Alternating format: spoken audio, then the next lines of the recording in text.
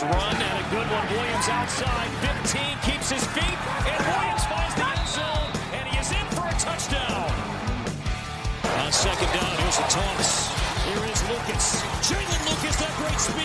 Keeps his feet. Inside the 30. Lucas, 10, 5. Touchdown, Indiana. It's Henderson cutting back and finding the end zone. Touchdown, Indiana. Welcome to episode, I guess it's still 183, or is it 1? I don't know. Of the soon-to-be named something pun, non-coach pun, I don't know, podcast presented by Big Banter. I'm your host with no clue, Michael Bragg. You can follow me on Twitter. It's at Braggley, Braggley. I am fresh from a trip to Great Wolf Lodge, so I'm ready to talk some football. I'm here with my co-host, Brandon. You can follow him on Twitter. It's at Brandon Dubich. Brandon spelled traditionally Dubich, D-U-B-I-C-H. He does nothing but watch you. What's up, Brando? What is up? I've never been to Great Wolf Lodge. Good time, bad time? It's a good time. It's a good time. There's bars. They have bars there. Not even that. I love a good water park. No, but I'm saying it is, right? It's a great indoor water park for the kids. You know what I mean? It's got some good slides. We did some slides today. The grandparents watched the kids for a bit. We did some slides. We did some drinking yesterday. It's a good time. And when it's like summer outside, you get a little indoor, a little outdoor, a little indoor, a little outdoor. But you know, then when it's 45 degrees outside, it's amazing inside. So, yeah. Speaking of people that are amazing on the inside and just awful on the outside, is our producer Seth. If you haven't done it already, block him on Twitter. It's at SATOF5, SETAH5. He's the one spreading the rumors about Donovan McCulley going for a visit to Purdue. Why, Seth? That was an internal group text message that I shared with no context. I didn't say, oh my God, this is... Maybe I did say, oh my God, but... You did. Let me cite your reference. Let me cite your source, by the way. Boiler Upload. They were attached to Rivals, so I was like, maybe. Like, not even Gold and Black Illustrated. No, you know who shut that down? Do we just want to say who shut that down? Yeah. Donovan himself. Yes. So, and I texted you guys back immediately. I go, he's too pretty for us, anyways. He's too pretty, and I know in the same way. And we don't mean to toot our own horns, but shout out. You know, we not going to do it. I'm not going to do it. I'm not going to do it. We're not going to talk about it. Never mind. We'll talk about it off air. We'll talk about some fun stuff that we've done. But do we want to, since we're talking Donovan McCulley, do we want to talk about social media? Oh, maybe we can. I don't want to talk about people potentially leaving. The list of people. No. This is positive pod. He's already following. He's already following Coach Sig. Oh, yes. He's already following. You know who's following Coach Sig? Like everybody. Taven. I gotta have a quarterback. But let's stop burying the lead. I mean, we are here to talk Curt Cignetti. Yeah, a little off-season midweek potting. Yeah, we don't do that. Let's talk Coach Curt. Coach CC. No, don't like that. You don't like Coach CC? You don't like... He's Coach Chris Cignetti. Carter. You don't like Chris Carter. That's why. Chris Carter's fine. Chris Carter's not fine. Goddamn He's Hall of fine. Famer. So let's just start this off like right away. Round robin. Mm-hmm. Starting with Seth, because I'm assuming he's the least biased of this group. Can we start with me first? No, we're starting with Seth. We'll end with you because you're the most biased. I just want to say I was right the whole time. Okay, you can say that. We'll go from least biased to most biased. Seth, grade this as if you were in school. I'd say an A-. I think Turnkey did a great job. I think they identified a candidate, zeroed in on him, and as soon as they were involved, the noise really quieted down. And I think there was a lot of frustration from the fans because they're like, oh my God, we're in silence mode. There's all this smoke. There's all this rumors, but nobody is saying anything. That's because they did a really good job of funneling the information to the appropriate people. And when the news finally was able to be broken, who was it? Pete Thamel was able to come out with it. So, I think it was an A minus. I think what you have is a program builder. He inherited at James Madison. He inherited a powerhouse, and then he elevated it when he was at IU of Pennsylvania. He established a powerhouse in that division as well. So again, this is a guy. Pardon? Elon as well. Mm-hmm. He is a program builder, and that is exactly what you need. The only knock on him, and I'm sure you guys will talk about this more, is his age.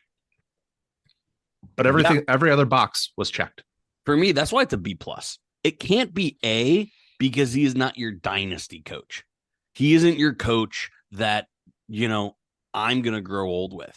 He's not going to be the coach that my kid watches in high school, right? He's not your dynasty coach. So for that reason, for me, it can't be an A, right? It can't be an A, but that's why it's the highest B. You're right, Seth. It checks every single other box. He's not leaving for another job, boys. Like, this is his last job. This is his one chance at the big show, right? He's not going to get fired here, drop back down, go back up. This is it. We're going to get, and every coach, you're going to get this, every trying their hardest, but like, this is his one shot. This is his one go. I love that aspect, right? I love that he won't be looking forward to another job. I love that he's an offensive coach. I love that he works with quarterbacks. I love that he's revered in the wide receiver community. I love the offense he brings. I love the defensive change. I mean, we talked a lot of 3-3-5. It had holes. Not that any defense is flawless, right? But I think at IU, you need to have a more traditional defense. He's bringing a 4-3 defense. I like. His teams always have attitude. As I've been scrolling through, his coaches get fired up. His players get fired up. Yeah, we saw that a lot with CTA. And that was probably CTA's best trait, that he was a locker room guy, right? We'll get more in the details because this is just quick reaction. But for me, it's the highest grade possible given his age. So I've always been pro no matter what age, right? I didn't care if they were young, old, doesn't matter, right? I've day one since we started talking about the coaching surge, I never once knocked this guy for being old. I've been on him the entire time. And he's a great offensive mind. He's coached under Saban. He's won titles. I think I'm assuming they won a title in those 4 years he was there. I didn't go look it up, but they've won titles in those years that he was there. He's seen what it takes to win, right? One thing you left off his resume, right? You talked about his quarterbacks, offensive coordinator, tight ends coach, wide receivers coach. You left off recruiting coordinator. And not only was he was a recruiting coordinator at North Carolina State, he was also, and this is the latest rankings I can find, the recruiting coordinator at Alabama from 2007 to 2010. The last ranking I can find on 24/7 Sports, it's updated as 2010. Alabama was 4th in the country. I mean, I think that it's kind of a you're Alabama and they're going to come to you kind of thing. But just to give you an idea, Michigan 17th, Ohio State 18th, Michigan State 22nd that year, Nebraska in the outside of the top 25, Clemson 27th. I mean, so it's not that easy, even as a Georgia 11th. So as a powerhouse, to get into the top 5 is pretty incredible. This guy, it took me a while. I'll be honest. I was kidding about the beginning part. It took me a while to kind of get in there and figure out, what he's all about and why he's a good fit. And let me, and you hit really hard on this is his last job, but the part that I kind of rolled my eyes at when you were talking was, that he's not a dynasty coach, right? So think about how many dynasty coaches we've really had, right, in the last 15 years, 10, 20 years. Let's think. One, right? Seth? Pretty smart.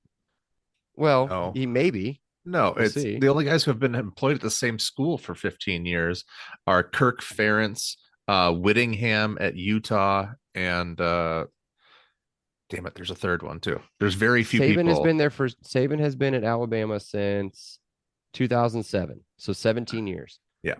That was He's the one close. I was thinking of. That's a dynasty, right? He's created a dynasty, but the term dynasty coach being there for a long time, I'm not sure it's going to be like that anymore, right? So, Brandon, if you're thinking, think about it like this. Would you put maybe in the last few years, Cincinnati kind of on the same level as IU, right? You think about It's that as not like better. Yeah. yeah, right. Wouldn't they think Luke Fickell would? Why would he go anywhere else, right? Now, granted, it is Oh, Cincinnati. no. If you get Wisconsin, you go to Wisconsin, right? Cignetti's coming in, and let's be honest, guys, we are at damn near rock bottom. Yeah. So he's going to build this up, and if he's here for 5 to 10 years, it's going to take him.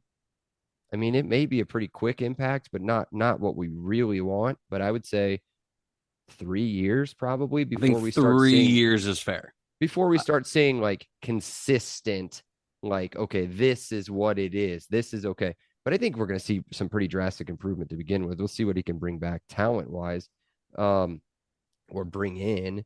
But I think that this is kind of the perfect fit to where you can get to where you want to be. And then maybe he retires and we hand it off. You hand off a well-oiled machine and you keep running, right? You know what I'm saying? Whereas, let's say we brought in, and I know you were hyped about this, Brandon, and I'd like for you to tell people about it. Let's say we brought in Mike Hart. He was rumored to be one of them, not maybe right towards the end, but within the last 24 hours, he was a name a lot of people were throwing around. Where do you stand when Mike Hart comes in? Where does that put you thought-wise? How much hope does that give you in the next 5 years? So, I mean, Mike Curt already used IU as a stepping stone, right?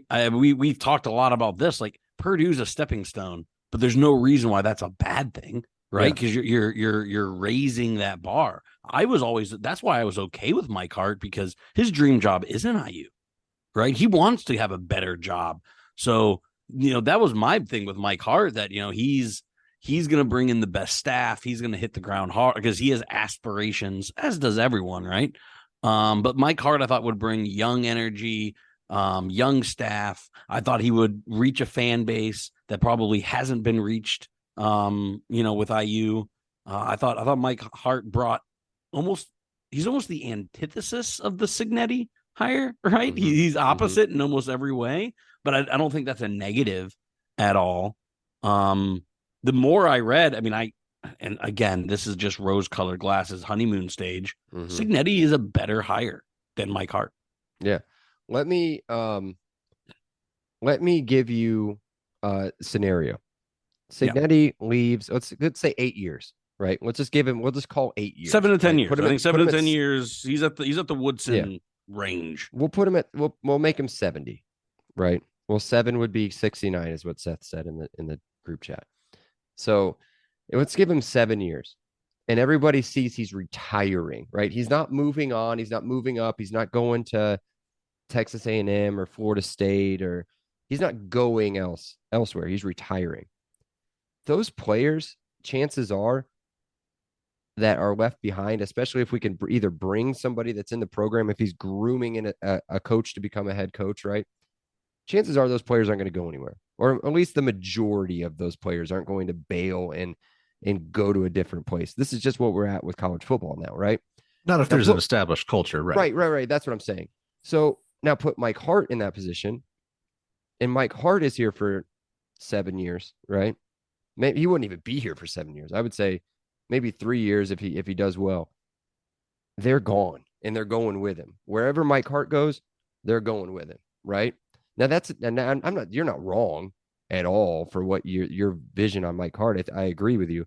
What I'm saying is I think that's a big difference, where you've got somebody that's going to retire and he should leave a legacy and like an established program, right? That should be able to carry through and keep those players in. And I think that's a good thing. And I think that's a big thing for IU. I would love to see what he can do as far as here in the next month or so. And here's my difference between a guy that's, compare him to Christ, right? I saw a lot of buzz that a lot of people wanted Christ. Chris has already found success. Yeah. In the Big Ten, what does he have to prove at all? Like, if he I agree. crashes and burns at IU, he crashed and burned at IU. Like, what did you guys want me to do? I kind of feel the same way about Brett Bielema at Illinois. Like, what does Brett Bielema have to prove? Right? That's where I think Cignetti is, this is his legacy swan song. Right? He has everything to prove. And I love that. Right? Yep. I like that a lot. So to keep this conversation moving, do we want to stay with grades or do we want to move into more of I didn't give a grade. Details? Yeah, sorry. What's your grade? I think I'm good with A minus. A minus, maybe like right on the edge. I don't remember what the edge used to be for A minus. Yeah. 93. Would that get you an A minus? No, a 90 would. 90, that's it? You only got one 90, shot at an A 90, no, it's 90 to 91 to 92. Okay, so give me a 92. This is a 92. And if you look, and you know how we love ESPN, but I do like Adam Rittenberg. If you look at what they graded him an A minus. I just looked this up. They love it. They love everything. Now, again, the only knock you can really find on this guy is his age. That's the only thing people are killing. Not even killing him. They're just kind of being like, well, he's 62 years old. My dad's 62 years old. I don't think he's old. He's fine. Your dad's not older. You know what I mean? That astonished me that he's that age. Whenever you look at the guy, I don't see 62. I don't see 60. I thought your dad was in the 50s. I'm talking about Curt, but yeah. Oh. Thanks. I'll tell him. I don't need to kiss your dad's ass, but Seth's been wanting to talk for like 15 minutes. Do you want to say something? No, I just think that what this does for your program is at this stage, looking forward at next year's schedule already, you have at least 10 games now in play. What Cignetti does is he puts every game except for Ohio State and Michigan in play. Like Washington's obviously gonna recede a little bit next year. Yeah, they're gonna need to reload big time. But UCLA is not some kind of overwhelming powerhouse. Might have a new coach, right? Right. Nebraska, Northwestern, Michigan State, Purdue. None of these schools are world beat. Maryland. None of these schools are world beaters by any stretch. Michigan State now all this okay next year, depending on who they get as a coach. I'm just saying. I mean, well, no, they got the Oregon State guy. It's already locked in. Oh, is it? Yeah. Okay. But you now are in a position where you have 10 games in play after a 3-win season. We are now fast forward 5 days from the close of the season, and we now have 10 games back in play. There's optimism there. Yeah. I mean, that's huge. To have 10 games in play, are you kidding me? When was the last time we had that kind of optimism? The beginning of 2021, right? When we thought that what we were going to do was carry over from 2020, the 2020 season, and continue with Penix and have a huge season, and it just didn't pan out. So go ahead. To build on that, so build on momentum. Doesn't matter. To build on your momentum thing, when we spoke on Sunday, I said IU in this hire needed two things. You need to be able to recruit and NIL, right? You've already given the recruiting stats. I don't need to regurgitate that. He's getting a $3 million NIL boost to start. Plus more. And that's what it sounds like. Judge Hoosier Hysterics as much as you want. There's another $100K. Hoosier Connect right now is running a social media campaign that will be in the six figures. It's not unrealistic that he will have a $4 million budget to rebuild this roster. And this roster will need rebuilt. This roster is barely a Division I football team. As it sits right now, a lot can change. A lot of names can come out. It's very fluid. But he's going to get potentially a $4 million budget to build a team. That gets me more excited than almost anything, right? Like, it's not just that we got a B+ to A- hire that seems to be everyone giving praises for it. I'm watching, pardon the interruption right now. They're very high on it. It's those two things. It's the recruiting and it's the NIL. Yeah, I think the NIL is going to be huge. And I do think that, I think that a lot of let's think of some of the players that have stuck around. whatever you think about Taven Jackson, right? He's still there. Maybe if we get an actual guy that has, I don't know, any sort of sense in him, and somebody that's been a quarterbacks coach for a long time, a head coach for 13 years, an offensive coordinator under this hurts me to say it, a genius in Nick Saban. Maybe he can develop something there, right? He's still there. He looks to be loyal. He's not going anywhere else, right? You've got Josh Henderson who's hanging out. Hopefully he can keep Henderson there as well. You've got Omar Cooper who's hanging out, right? And now maybe McCauley, now that he's sitting out here and saying, I'm not going to Purdue, maybe he can hang out with McCauley for a little bit. Maybe he can bring some of these guys in. The one that ESPN is all sorts of hung up on is Matt Bedford. He must have had a heck of a grade after this season. I thought he played pretty well. I think he only gave up 1 sack on record the entire season. So that could be one he needs to work on a little bit too, because that offensive line, just through attrition in graduation and just being older, is going to lose quite a bit of talent. I mean, Mike Kadick going to the NFL draft. Maybe not. I guess Carpenter's got 1 more year left that he looks to be getting out. You've got Carter Smith who's looking to be get out as well. Seth, what do you got? Sales also is on the portal. Sales as well. I mean, so there's a ton of talent on offensive line that he's got to work with. He's got a lot of work. So that we are beyond happy, just so everybody knows, that he has made this transition and they've brought him in now. We've got to let Seth go. He's got to go watch the old Bachelor or whatever it's called. The only 2 things I want to say last is, does Dolson pony up for coordinators? That's going to be the next biggest fallout. And then, making sure that, like you were just saying, recruiting, he has to be on the recruiting trail, 6:00 tomorrow morning. I think he will be recruiting what you already have and then going out and filling holes immediately. So let me answer your question real quick before you leave. The coordinator thing, I don't think you spend. Now, granted, thank you, Tom Allen, by the way. We got $5 million of it back, but you don't spend $15 million. And it's the second biggest or third biggest buyout in the history of college football to just bring in Curt and to be like, here, just figure it out. Here's a couple bucks. Go figure it out. Right. Curt also doesn't take the job without the pool. No. Right. Yeah. 100%. I think he's got either the okay to bring all his people, or he's got the okay to be like, go get this person, go get this person, go get this person. You know what I mean? All right, get out of here. So for me, back the question that I have here, and it seems to have everyone's panties in a bunch here, is he's going to be coaching the bowl game and not coming directly here. What are your thoughts on that? I'm okay, as long as now. Granted, when is their bowl game? Do we have it yet? Did they say when it is? No, bowls get announced this Sunday. Okay, but I didn't know if they. Let me see what their predictions are. Let me see if they've got any of that. What are your thoughts on it while we're doing this? He unplugged himself. Yeah, no, I'm good. No, I mean, I think that shows he's loyal to his team. I think players will appreciate that, right? I think in circles, if he ran away from his team after the season that they had, I think that's pretty good. Do you not think the same? Yeah, now granted, I want him here. Now maybe he is here. Maybe he's coming. He's making his phone calls, right? When I say here, he's not physically in Bloomington yet. Like, he's not in his office yet. I can't imagine that. But he's got to be focusing on bringing in some coaches, bringing in some talent, saving some talent that's here, right? Right now, the first one I pulled up, they've got him playing December 16th against Liberty, right? Let me look up James Madison Bowl projections. Let's see what happens here.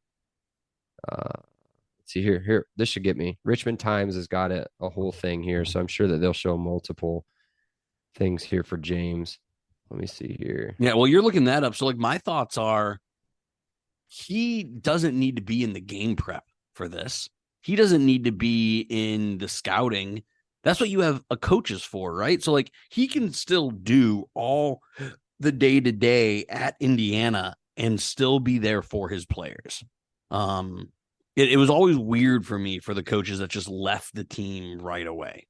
So yeah. I love the fact that he's staying staying and coaching throughout what he built, because he should be really proud in that. So like, again, I just wanted to pose that question, because I heard a ton like, well, he's not going to be joining right away. And if he's not working for us right away, we're going to lose all these players. And I'm like, you can do both, guys. Yeah. I mean, not being a college football coach, it's hard to say exactly what they can and can't do, right? I don't know for sure that that's going to be something that he will be able to just, hand off, right? Here's a couple other ones we're seeing. New Orleans Bowl, all these are against Liberty. So it's the Battle of Virginia, basically. That one would take place. Let's give a date. I don't see a date here, but the New Orleans Bowl, the Cure Bowl, which is what I was talking about before, the Gasparilla Bowl against Memphis, or South Florida. You've got the Athletics as they're going to the Boca Raton Bowl. That's an early bowl from what I remember. The Boca Raton Bowl, I think, is a pretty early bowl. I don't care. Whatever one he can get into early, win, leave, that'd be amazing. Let's just get it done. I want him here. I want him here now. But can I give him 3 weeks? Probably. Yeah. Probably. No, for sure. My next I don't think question... the actual, hold on just a second. I'm so sorry to cut you off.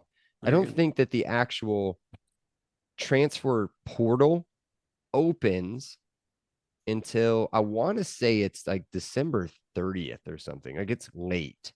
No, that might be when it closes. Are you sure? Yeah, I think it officially opens December 4th. Okay, December 4th. You're right. It is. It's right here. Yeah. So it opens December 4th, which I think is right around the same. And then ends on January 2nd, says the Google machine. Okay. So like he'll still have 2 weeks, right? Which isn't a ton of time. It's not perfect. Dude, he's working. He's got to be working. You don't hire him, announce it, and then just let him go sit, right? Yeah. He's got. So anyway, for the people that are freaking out about that, don't. It's being overblown. I've seen a lot of that being used as a negative. It's not a negative for me at all. What else do you want to cover before I kind of go and I nerd out a little bit here? Nerd it out. Cool. Do you want to cover one thing real quick? Hold on. Sorry. I can't just like nerd it out, right? A couple things. One, a couple of you guys have taken advantage of it. Previous podcast merchandise, LEO podcast merchandise is on big sale. $10 for a t-shirt. You kidding me? I got one on right now. I'd pay $20, $30 for it. It's an incredible shirt. It's got a little stain on the left chest area, but other than that, I mean, it's a great shirt. I wore it all day long. Wore it underneath the sweatshirt. I took the sweatshirt off before the podcast because I knew I was going to get hot looking at Brandon the whole time. So I took it off. This is a great shirt. Go buy them. They're $10. We are literally, Brandon's pissed because we're losing money, but we're blowing out inventory. So let's get them out the door. $10. There you go. Check it out. I think it's at BradleyProductions.com/shop. They will be on the Twitter. I'll try to put it on the show notes if I remember tomorrow morning. Okay. Cool. Go ahead. So what I'm going to nerd out on offense a little bit. But what had we been saying for the past 6 weeks? Mifa, right? Oh, this is going to be fun. He runs a 10 and 11 personnel. I didn't know a ton. I knew 11 personnel. 11 personnel is pretty much a pro offense, right? 11 personnel. I'll go into the details of that. But he runs a 10 personnel. 10 personnel I love. It's essentially the spread offense. Yeah. Right. So is at 10, is that one running back, no tight ends? Correct. Okay. Yes. Can I give some numbers real quick before you nerd out? Here we go. Yes. Or do you want to do it? No, His go ahead. rankings. Go ahead. James Madison's passing yards rankings, 18th in the country. Rushing yard rankings are 88th. But if I told you if we ran for 142 yards a game, you'd be pretty happy, right? Points for 21st, 35 points a game. So that's what we're bringing in. We're not bringing in, that talent, right, against that talent in the Sun Belt.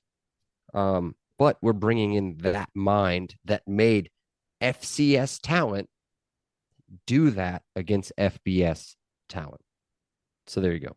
Go ahead, nerd out. I'm done. I'm not going to talk anymore. Perfect. So 10 personnel, what you'll see a lot here is either two wide receivers stacked and the other two on the right side, or a trips left or right. You'll see that. I love trips.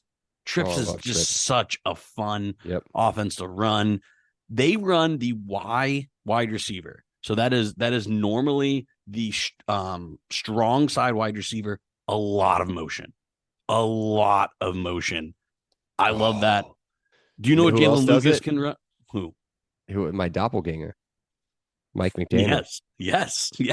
He runs a ton of 10 personnel. Mike McDaniel loves a ton 10 of motion. And a ton of motion. Here's another thing that I love. What will IU never be able to compete with? What will they never be able to compete with? Yeah. I don't know. Just size, sheer size. 10 personnel forces teams to either play nickel or dime. That neutralizes a lot of the Michigan and the Ohio State and sometimes the Penn State and Wisconsin size. You can't play 7, 8 in the box against 10 personnel. You just absolutely can't. You can't do it. And I think that helps level the playing field a lot, right? Here's a play when I was doing a little bit of research that I loved. You want to hear this play? Let's hear it. Trips right, nasty Y left, P19 Wanda, Y sift X drift. Doesn't that just sound like Mike McDaniels? I love a good X drift. Let me say that again. Let me say trips right, nasty Y left, P19 Wanda, Y sift X drift. Oh yeah, that's great. Oh, that just sounds incredible. Yeah. Right. So that's I did more research on 10 personnel. You can run it in spread. You can run it in air raid. Again, super exciting. He also runs 11 personnel. Now you know a little bit 11 personnel. Do you want to tell them a little bit about 11 personnel? We'll single back. Yep. We'll single back, single tight end. Yep. So what are you left with there? What's 1, 2, 3, 4, 5, 6, 7, 8? You got three wide receivers. Yeah. 3 wide receivers in your traditional about X, Y, and Z, right? Like everyone who has played a video game knows X, Y, and Z receivers, right? Mm-hmm. A tight end is used a lot in 11 personnel, which is exciting. And like you said, the running back normally is lined up. It depends if it's shotgun or under center. I'd assume I haven't really been able to find this, but it's college football, so I'm guessing this is a lot of shotgun, which is exciting, right? I think you can do a lot with one running back out of shotgun and 3 wide receiver sets. Yep. I think that's how you win modern football, in 10 and 11 personnel. Again, I hate to keep going back to this, but there were so many Christ backers, right? You weren't getting 10 personnel with Paul Christ. Mm-mm. You probably weren't getting 11 personnel. You certainly weren't getting a lot of shotgun. We should probably just bury Miffa. But when you look into Curt Cignetti's schemes, they get super, super exciting.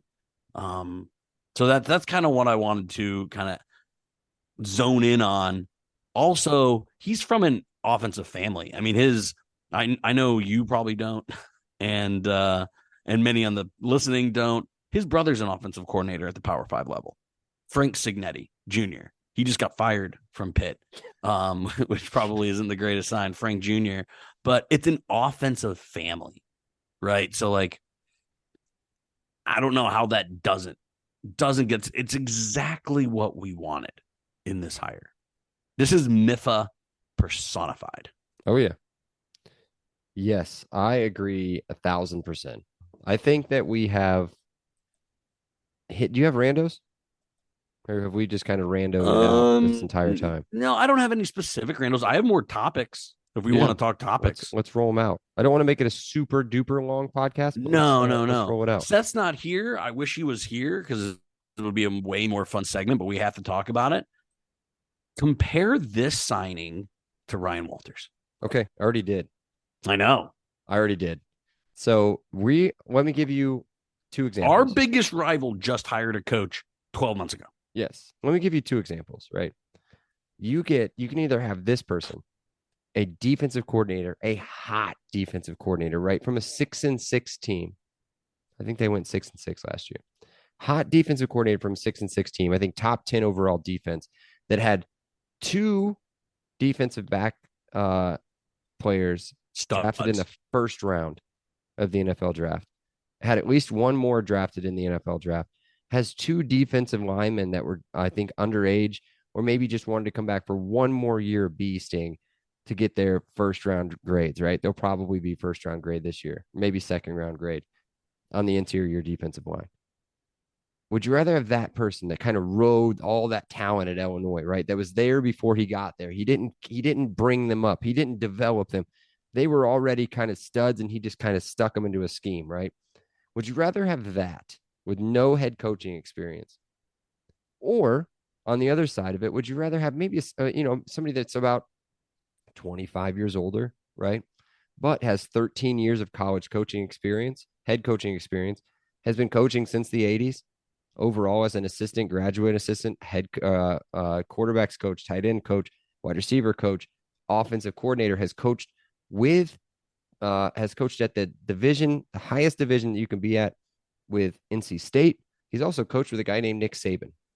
And then he's also taken programs that have been down in the dumps and consistently put them into the FCS playoff system, right? And one of them being Elon, which I don't know if the majority of the people know that I'm not talking about the owner of Twitter, the actual university Elon, and IU James played them Madison. in basketball, I think, last year. Did they? I think so. And James Madison have made them relevant programs. One of them now in the FBS to where they had to basically threaten to sue the NCAA to let them play in a bowl game because they're so good. Like, which one would you rather have? Somebody that rode the coattails of NFL prospects or somebody that's developed programs and has been coaching for a long time? Yep.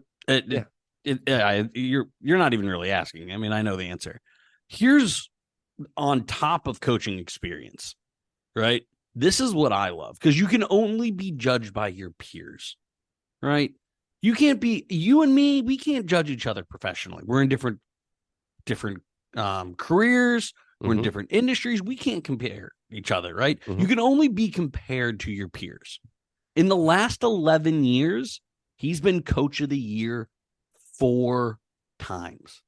That means amongst his peers, he was voted the best.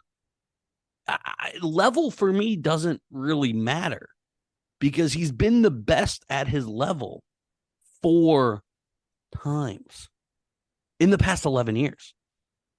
Yeah, it's hard to argue with. Really hard to argue with. Now, he's been at great programs, right? Every place he's been, I think you've said program builder. I'm not picking on you. I like Seth's word better. He's been a program elevator. He didn't inherit anything as bad as IU Bloomington, to be honest, but he's a program elevator. In the last 11 years, he's won his conference. Again, his peers, what you have to win the most first before you can win anything is your conference. He's won his conference 6 out of the last 11 years, and he's won it in the last 5 in a row. Yeah, he's taken Elon and James Madison to 5 straight FCS playoffs. And the FCS playoffs, they're not 64 teams. We're not getting 64 teams there. I don't know what it is. I think it's 16 maybe. But yeah, that's nothing to sniff at. 19-4 record since 2022. So in the last 2 seasons, he's 19-4. Could you imagine? Yeah. Could you imagine?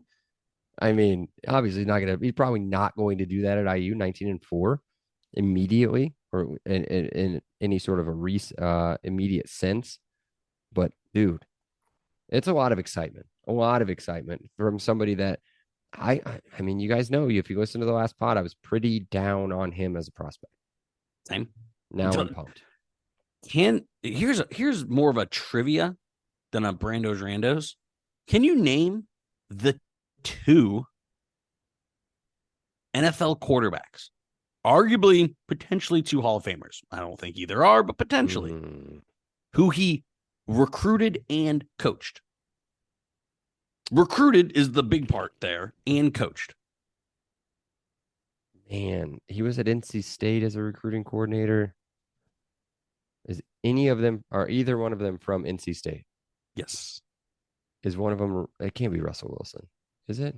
Philip Rivers. Philip Rivers. Okay. Yes, he coached and recruited. I think Phillip he's a Hall of Famer. Just because he's the numbers. I think. I know it sucks he didn't win a Super Bowl, but I think the numbers are there.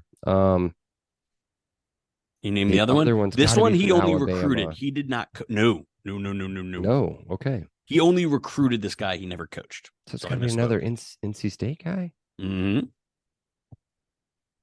I already said Russell Wilson, so it's not him. It's him. Okay. It's him. Okay. Yeah. So he recruited to NC State, who there's no reason IU can't be an NC State. Oh my God. Yeah, I love that. Right. So like, I'm sorry to, to all the other quarterbacks. IU's never had a Philip Rivers or Russell Wilson. Right. And that Cignetti has brought them. He's already done that. That's insane to me. Maybe it ends up. It's insane to me. Yeah. Last thing before the last thing that I have, and this only is important to me. This is going to be important to you. This is going to be important to 99 other people. You know where he was born? Probably Pittsburgh. Pittsburgh, Pennsylvania. Do you know what his heritage is? No. He's Italian. There you go. I don't know if many people know. I'm also from I guess Pittsburgh, I could have PA, and I'm also Italian. Yeah. So I like it. You got a Yinzer, an Italian Yinzer. Part of the family. There you go. He's part of the family. There it is. I don't even know why. I didn't even think about his last name being like Cignetti. Like, oh yeah, it's Italian. It's very easy.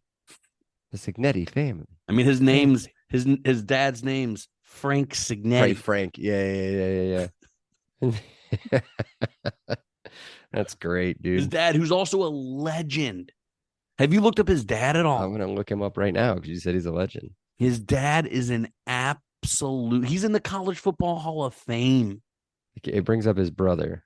So I gotta find senior. There he is. Oh, he just passed away last year. He did.